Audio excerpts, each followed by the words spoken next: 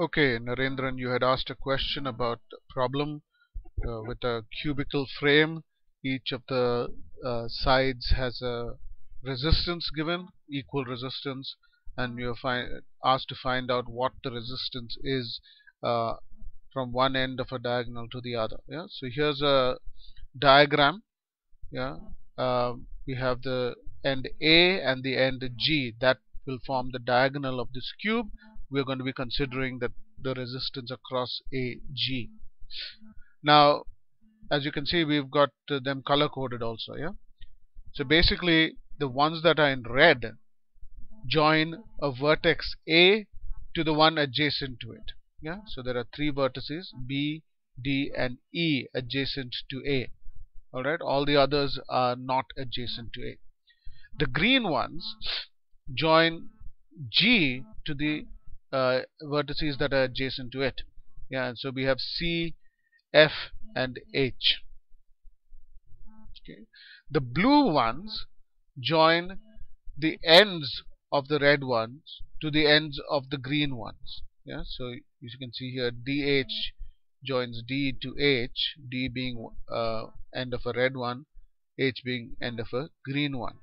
Similarly, you can see with all the other blue lines, they are joining one end of a red line with one end of a green line.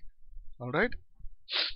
So you can see that there is a certain amount of symmetry here. Yeah, there is no way to distinguish between AD and AE and AB electrically.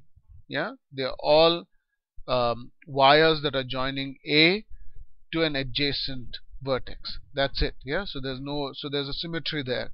Similarly with the green ones, they are all joining the vertex G to a vertex adjacent to it. And similarly with the blue wires, they're all joining one vertex that is adjacent to A to one vertex that is adjacent to G. Okay, that's the way we characterize them. In other words, D, E, and B, the vertices D, E, and B are electrically at the same potential. Yeah, and so potential at B is the potential at D, that's the potential at E. And you know, if we have equipotential points, we can just join them, there will be no change in the circuit. So we can join the vertices B, D, and E. Similarly, the vertices C, F, and H being one away from G will have the same potential. They are electrically the same. And so the potential at C equals the potential at F equals the potential at H. And so we can merge them now. Okay, so now let's see what the figure looks like once we've actually merged these. So here's an equivalent circuit. Yeah. So this end here is A, that end there is G. This joining the red and blue are simply the 3 points, yeah, that were one away from end A. Yeah, in other words, the 3 points D, E, and B.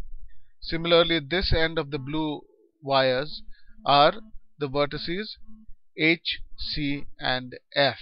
Okay, that have been merged. So you can see now that you have 3 wires here in parallel to each other. Each of them, let's say, has a resistance R. So the effective resistance there would be R by 3. For the blue ones, you have 6 of those wires. Yeah. And for the green ones, you have 3 again. I think that's sufficient for you to be able to solve the problem.